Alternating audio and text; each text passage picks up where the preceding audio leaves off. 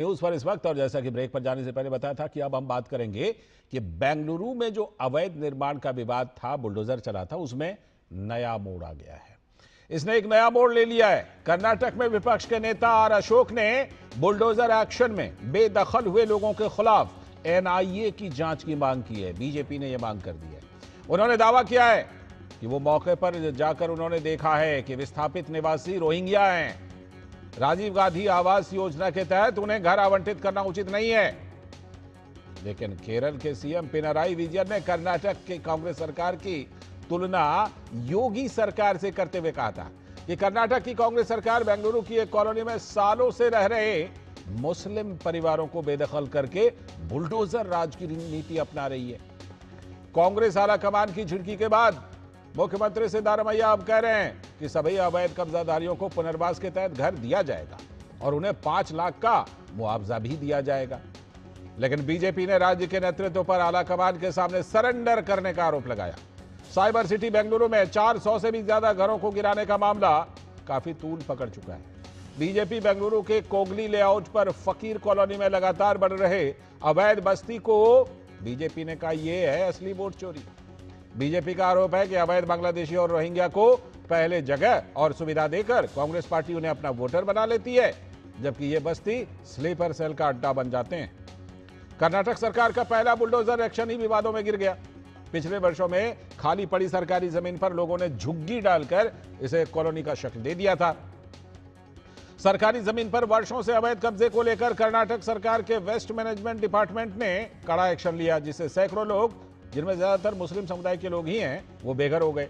लेकिन बुलडोजर के एक्शन पर सवाल, अब कांग्रेस पार्टी इस सवाल पर बगलें झांक रही है। इसी बीच उप मुख्यमंत्री डीके शिव कुमार ने कहा है कि यह कोई तुष्टीकरण की कार्रवाई नहीं है। मुख्यमंत्री ने रिहैबिलिटेशन यानी पुनर्वास देकर अपने लोगों को सुविधा देने की बात की है। किसी अवैध घुसपैठिए का सवाल नहीं है, जेन्युइन यानी कि सही लोगों को ही सुविधा दी जा रही है। लेकिन बड़ा सवाल यह है कि कर्नाटक के मूल निवासी को बेंगलुरु शहर में घर लेना उनकी पहुंच से बाहर है, लेकिन अवैध झुग्गियों में रहकर बिना अता पता के लोगों के लिए रहने का इंतजाम हो जाता है। तो बीजेपी ने सवाल पूछा और एनआईए की जांच की मांग भी की है।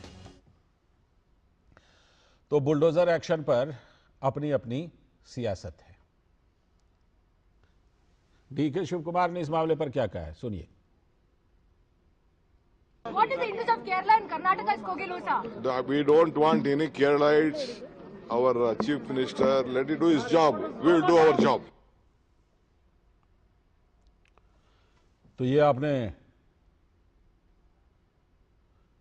और बीजेपी इस मामले पर पूरा कुछ क्या कर रही है उसे भी सुन लीजिए। पिनराई विजयन उधर चुनाव आ रहा है केरला में, उसके वास्ते उनको अपीजमेंट करने के लिए एक टीम भेजा था। उसी समय वो देखकर वेणुगोपाल, ये कांग्रेस जनरल सेक्रेटरी, मुख्यमंत्री जी से बात भी किया और आदेश भी दिया उनको अकोमोडेट करना। तुरंत मुख्यमंत्री और कांग्रेस लीडर्स लोग पूरे यू टर्न लेके अभी उनको अकोमोडेट करने के लिए इतने मीटिंग भी कर रहा है। तो वहीं भाजपा के नेता आर अशोक ने कहा कि कर्नाटक की सिद्धारमैया सरकार तो बेंगलुरु को बांग्लादेशी और रोहिंग्या का हब बना देना चाहती है। Last 24 years, see, this is the Google map. All green, green, green is there. There is no house. 1 year back, Google map. Google map is false. Mr. Siddaramaiah, Google map is false. See here. Now, all are become red, red, red. Means, this Congress government making the Bangla hubs in Karnataka. तो ये सारी कुछ इस bulldozer कार्रवाई के बाद देखिए किस तरह की राजनीति वहां चल रही है और किस तरह की कशमकश है। ज्योति हमारी संवाददाता बेंगलुरु से जुड़ रही हैं इस खबर पर हमारे साथ और जानकारी के साथ। ज्योति जुड़ चुकी हैं। ज्योति, हैप्पी न्यू ईयर। और ये बताइए, ये जो पूरा बुलडोजर का मामला है, ये तो लगता है गले की फांस बन गया है। पहले कार्रवाई हो गई, अब फिर दिल्ली से झिड़की गई, उधर से केरल के सीएम ने हमला बोल दिया, तो अब जाकर क्या लगता है कि डिफेंसिव है सिद्धारमैया और उनकी सरकार? इस बीच बीजेपी भी कह रही है कि ये मुआवजा वगैरह का ना करो क्योंकि ये तो अवैध हैं। तो हर जगह से सिद्धारमैया सरकार गिर गई है क्या मामले पर? एब्सोल्युटली, जैसे आपने कहा, इस जो मामला है, जो कोगिलो क्रॉस की लेआउट की अवैध कब्जा को हटाने की मामला अभी और एक नया मोड़ ले चुका है।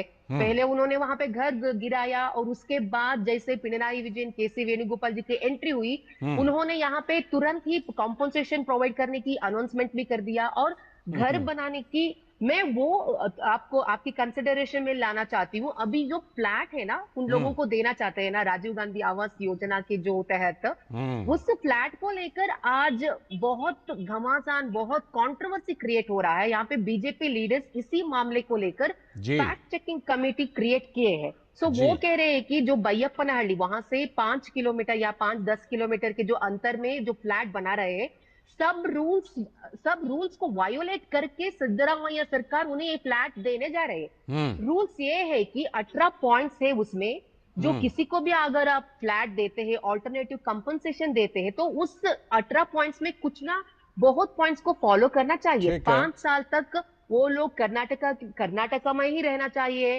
और जो फ्लैट उन्हें देना चाहते हैं उसे, उसका जो रकम है वो 12 लाख से 13 लाख है। लेकिन उन लोगों को देने के लिए, अभी जो अफेक्टेड लोग हैं उन लोगों को देने के लिए 2 या 3 लाख में ये डिस्ट्रीब्यूट कर रहे हैं। और उसके साथ साथ जिन लोगों को ये फ्लैट चाहिए वो वहां पे पहले एप्लीकेशन डालना चाहिए। यहाँ पे ना ही कोई एप्लीकेशन मिला है। रेवेन्यू डिपार्टमेंट एक क्लैरिटी दे चुका है कि ये लोगों ने कुछ भी एप्लीकेशन नहीं डाला। ज्योति, बीजेपी तो इसको घुसपैठियों, बांग्लादेशी रोहिंग्या के लिहाज से कि भाई इसमें ज्यादातर ये लोग हैं, इनको कैसे फ्लैट दे रहे हो, और ये एक अलग इशू बीजेपी ने उठा दिया है।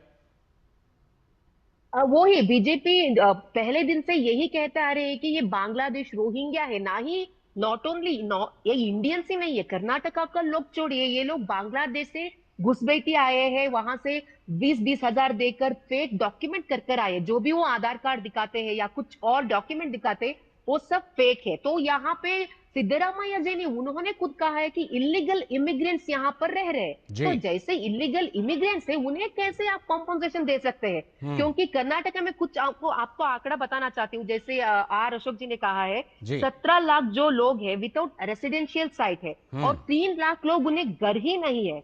इतने लोग अभी भी, मतलब वो जो फ्लैट के लिए अप्लाई भी कर चुके हैं, कुछ लाख लोग, उनको नहीं दे रहे। जो कितने लोग अप्लाई कर चुके हैं उनको आप घर नहीं दे रहे, कॉम्पनसेशन नहीं दे रहे। मुस्लिम अपीजमेंट के लिए आप उन लोगों को फ्लैट दे रहे, सीधा निशाना कर रहे हैं। जो आपने डेटा दिया ना ज्योति, उससे मुझे लगता है कि इस आरोप को बल मिलता है कि आप सच में अपीजमेंट कर रहे हैं। जब इतने लोगों को अभी तक घर नहीं मिला, आपको जल्दी पड़ी है अवैध जो घुसपैठिए होने का जिन पर आरोप है उनको जल्दी से आप फ्लैट दे रहे हैं। शुक्रिया फिलहाल आपका ज्योति जुड़ने के लिए।